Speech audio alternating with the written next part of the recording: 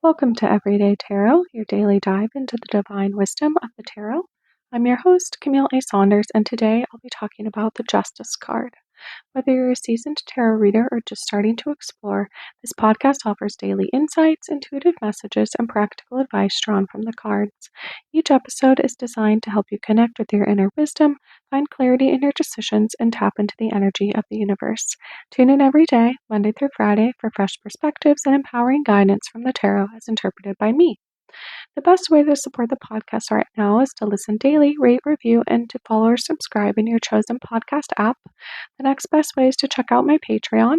Supporting me there will give you early access to upcoming podcast episode topics, digital downloads I've created, and monthly tarot hangouts with me and other listeners. The link will be in the show notes to check that out, and you can always go to my website, CamilleASaunders.com/everydaytarot for all the latest information related to the podcast and to find images of the cards that I pull on every episode. Okay, we'll get into our main discussion. So, welcome to season 2 of the podcast.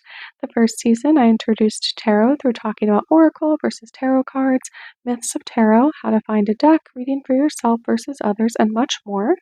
If you haven't checked that out, you definitely should. There's 13 episodes just waiting there for you.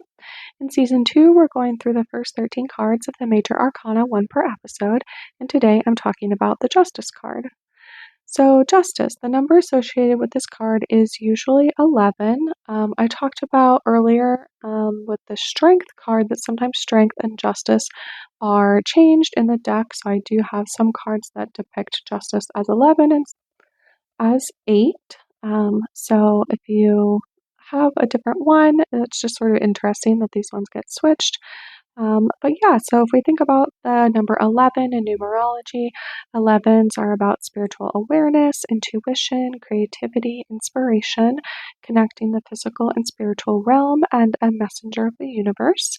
So traits associated with 11s are positive, joyful, again, intuitive, spiritual, creative, stuff like that. So when you look at the Justice card, there's some commonly seen things. Often there's a sword involved, or there's sort of the scales of justice. Sometimes, like Lady Liberty is depicted as someone who reigns over the law. And when I look at the decks that I'm going to be showing today, I have the Sassurabito Tarot deck by Stasia Burrington, and it has sort of both the sword and the scales. So what it looks like is like a person laying down. You only see like their eye, and then it looks like there's like a sword or a dagger that's going to go into their eye, which is not pleasant. And then sort of like the sword is being used as like the um, pole that holds up the scales of justice. And on the scale, it has one side has a feather, and the other side, I think, doesn't have anything at all. So you sort of have like a lot of symbolism in that one, which we'll get into in the meanings in a moment.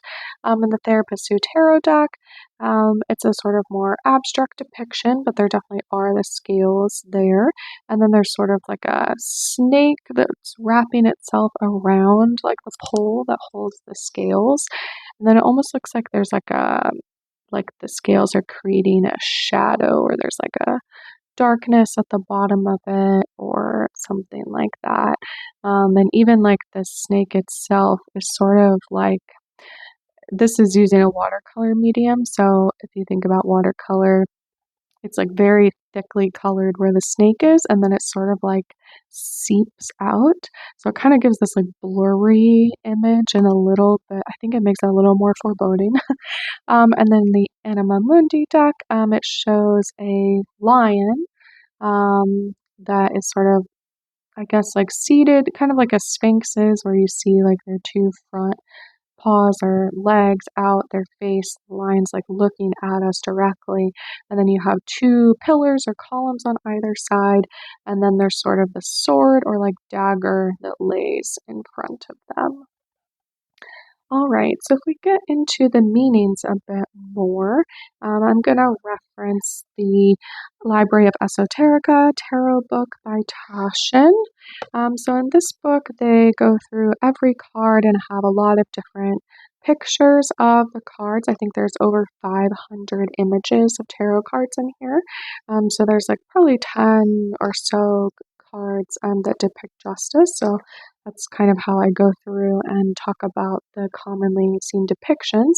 But the name or sort of section title for this one is called Action and Consequence, which I think if we think about that image of like the dagger going into someone's eye, it makes me think of like an eye for an eye. Um, or again, you sort of have the scales of justice where it's like this level of balance, right? You're trying to find balance or sort of hold things on either side. So with action and consequence, I'm going to read the like a top quote in this section. It says, "It's time to be uncompromising in our goal of seeking and maintaining balance. Balanced ideas, perspectives, habits, responsibilities, input, and output. Excess right now will only lead to burnout, and laziness will lead to depression. We should seek to find all of the possible information that exists about any given subject we are interested in and involved in to become as wise as possible. Presumptions are not our friend and do not serve us. If there is a situation that calls for our opinion, we should seek to be fair and unbiased. Again, educating ourselves on all aspects and both sides is best practice." And that's a quote from Devaney Amber Wolf. That's from the She Wolf Tarot Guidebook that came out on that deck in 2017. So sort of like the symbology for this card, it talks about, again, like sometimes it shows Lady Justice, which represents supreme law. She often sits between two columns on a sacred temple. In her right hand, she raises a double-edged sword, symbolizing impartiality, the consequence of every action, and the ability to cut both ways. And in her left, which is often associated with like your intuitive hand or like receptive hand, she carefully balances the scales of justice, indicating the need to weigh logic against emotion. The Justice card symbolizes truth, fairness, and the law. Her cloak is red, with a green mantle held by a square-shaped clasp. A square stone is also set at the center of her crown, the two squares indicating grounded, ordered thought. It says a white shoe peeks from beneath her robes, a symbol of the spirit beneath and supporting all actions. The curtain behind her is a deep purple, signifying her compassion and wisdom. And again, this is like a common depiction. It's obviously not how all of them look, and actually none of the cards that I am going to show today or talk about show that exact depiction. So attributes again associated with this card are like justice, right? Calling for balance. Lady Justice knows that every action has a reaction and a consequence. So again, you're always trying to weigh and balance the scales and searching for the truth. She insists on equality and fairness in all deeds, and she fights for what is right and requires that all be called to account for their wrongs. She acts with integrity. Her decisions are based on both logic and compassion, and that's really that like holding both things, right? That they can both be true. You can have logic, and you can also have this compassionate aspect of you. Her judgments are made through empathy and understanding. She encourages conscious choice and demands ethical decision making. Her eyes are clear. She knows right from wrong. She insists on honesty, especially honesty with herself. She demands an account for every action. She knows every choice, every decision affects the greater whole. So there's also, right, there's balance, there's this double-edged sword, right, which I think is that sword that's often depicted in the cards. And then there's also this, like, that every decision affects, like, greater outcomes, right? Like, you don't really ever know, like, what your single decision might mean for the future, right? We can guess, we can try to understand what it's going to do, we can think about outcomes, right? We can hypothesize, but you never quite know how it's going to show up in that way. In the Sasarabito Tarot Deck Guidebook, it talks about that the goddess associated with this card is Athena. It says the Justice card concerns the law, both of state and spirit. It's a reminder to be lawful and fair and asks for impartiality, objectivity, and cold analysis. This is the card of the Stoic. It is critical, distant, and intellectual, rational, logical, and moral. It could be clever and insensitive, right? Again, you can be both sides. I'm reminded of the weighing of souls against a feather and also of the sword of Damocles. As with all of these cards, justice concerns balance. What does it mean for something to be fair? That's a very interesting thing to think about here, and quite the image associated with it. This one is the one that gives me like the most visceral reaction. It's that one that has the dagger like poised over the person's eye. And on the Therapist Who Tarot deck, this is the one that is a little more abstract looking. It's done in watercolor and it has those scales, right? Clearly, it's the sort of the scales of justice. And then it has this snake wrapped around. And snakes are often about transformation or cycles, right? If you think like of the image of like a snake eating its own tail, the Ouroboros, that's again sort of that like, I mean, actually kind of what we talked about last time, but like the wheel, the cycle, that things will always kind of come back to where they started. But also, I'm curious in this one because we don't really get a description of cards in this deck. We just get questions on the back. But sometimes the snake, right, and symbols is also evoking like the Garden of Eden and the snake that's depicted in the Bible and like the sort of like choice point associated with um, eating the forbidden fruit or whatever it may be. And I'm sort of wondering, like, is that what the snake is supposed to be about? Like, sort of like twining between, um, I don't know, like, I guess I sort of think of like, yeah, the path that's defined for you versus the one you take, or sort of like the one that, I guess if you go by the biblical definition, the sort of like God was wanting, and then the one that sort of the humans chose, and sort of the consequences that followed. Um, so that's sort of interesting. So the questions on the back of this one are: what gift can you give another this week? What gift can you give yourself this week? And what is the best gift that you've ever received? So it's also about that, like, right? Taking and giving, receiving, the reciprocal action, right? That's also what the scales and the balance are about. And the other word on this card, and there's always a word on this deck below the name of the card. So it says justice, and then it says balance, right? So it's also about finding that balance, about like, right, sort of that idea of like you can have too much of a good thing. That you always have to sort of find like, okay, like I kind of need a little bit of both. All right, and then in the Anima Mundi deck, um, this is the one that depicts a lion, and it talks about that the Justice card is objective, fair, and honest. It might indicate a need to bring balance back into your life. Be aware that every action has consequences. If you are dealing with a legal matter, know that justice will prevail. So there's sort of that like literal symbol, right, of like the justice system, and sort of that like the, right, every action has consequences, but that also means that that when others take actions, that sometimes there are consequences set upon them, and they might be in your favor. So because, right, we're talking about these cards in the upright position, it talks about that sort of the meanings are justice, legal matters, fairness, balance, decision making, and cause and effect. Just very interesting. All right, I'm going to pull up one other source for the meanings. I have this book called Fearless Tarot: How to Give a Positive Reading in Any Situation. All right, so it talks about that justice, this card is really about honesty. Justice is an archetype of honesty, essential for restoring balance and harmony.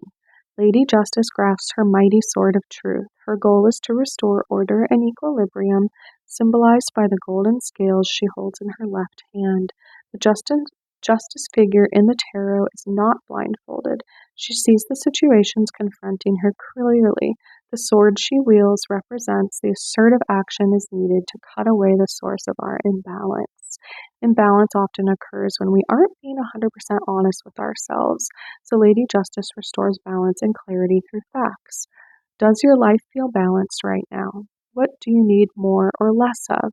And do you need to speak your truth to yourself or to another, even if the thought of it makes you uncomfortable? So justice personifies the little voice within us that's observing the truth of any given situation, no matter how inconvenient that truth might be. The figure of justice is often flanked by two gray pillars, the color gray associated with neutrality, which again, the Anima Mundi depiction has those gray pillars. And then also in the Sassurabita tarot deck, the scales look sort of like grayish copper, maybe, but again, like neutral colors. And it talks about the whenever justice appears, it's helpful to look at all the facts in an unbiased and neutral manner, right? So it's that sort of like zooming out, right, and trying to view the situation from, right, we have sort of like the logic, we have the emotions, and then we have like the other parts of ourselves that are able to step back sometimes. Sometimes it can't always happen in the moment, but sometimes, right, we can have that ability to stand back, or sometimes the third party or person is helpful for figuring that out or helping us think about that. But right, it also talks about in this book that, right, like there's also these parts of yourself that maybe you're not being honest about. It's not just about maybe like a literal balance in your life, or like um, karma, or that sort of idea of like the overall in the universe there, that like you'll get what's coming to you, but also the idea that sometimes like we have to be honest with ourselves, and that this card is about sort of like facing the facts and checking in with reality, even when sometimes it might not emotionally make us feel very good. So I feel like that's really what this card is indicating here. All right, so let's dive in and see what the cards have to say today. So I'm pulling from the Goddess of Love tarot deck right now, and I pulled the Two of Cups reversed.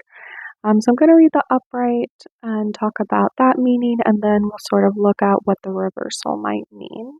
So the astrological correspondence for this card is Venus in Cancer. And when I look at the card, it looks like there's sort of like two people laying down. There's cups with sort of like tears coming out of them, is sort of what it looks like. Again, this cups are related to like water signs or like emotions. We have like a dove at the top of the card, lots of roses, and it looks like even like a mouth. There's a lot of like, I don't know, red and pink and like sensuality in this card, which is probably part of why it's associated with Venus. So the Two of Cups holds special significance in this deck because it is the light that permeates all existence when you are dedicated to being a living expression of love. It represents the beloved and the self, the goddess and her devotee, your shadow and your light. It's a blessing or validation of the love and experiences in your life, or that you want in your life. Become your own lover first, and then allow the world to fall in love with you. The Two of Cups can indicate romance or a deepening of a relationship through a commitment or rite of passage, like moving in together or saying I love you for the first time. When it shows up, embrace the soft and vulnerable parts of yourself, or turn to yourself for the love you long for. Reversed, it can represent heartbreak or pain, or a need to let go instead of holding on to something that may never be. Give yourself the love you desire, even more so than before, and go inward to heal instead of trying to manifest it through an external relationship. And this deck has affirmations and journal questions associated with the cards, so I'm going to look at those as well. So the affirmation says, I share my love and sensuality as a gift to the goddess, the universe, the beloved, and myself. And the journal question is, how am I softening into love? And so if we think about the reversal here, it's talking about potential heartbreak or pain, needing to let go of something. Since we talked about Justice card today, I'm almost getting this sort of what the Fearless Tarot book was talking about, that, right, maybe there's something that you're not being totally honest to yourself about, or maybe there's something that feels painful that's being hard to like acknowledge or look at right now.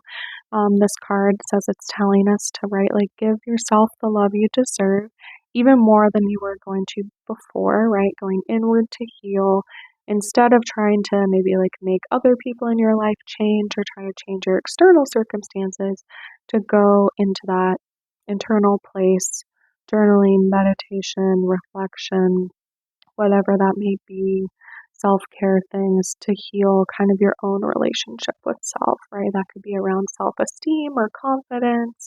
I think that's sort of like what's coming to mind for me right now. I know that's always something I'm working on. And just really like loving ourselves, right? Our whole complex selves. You don't always have to be amazing. You definitely don't have to be perfect. No one is. But what what are the things that you love about yourself, right? What can you kind of revel in and appreciate about yourself so that sometimes when maybe the pain or heartbreak does happen, right, we're sort of like strong enough, have our fortitude and confidence that we know that that's not really about us, even if it kind of impacts us. All right. So thanks for joining me today on Everyday Tarot. Just as a reminder, the podcast will come out daily, Monday through Friday for all of 2025. See you soon. Bye bye.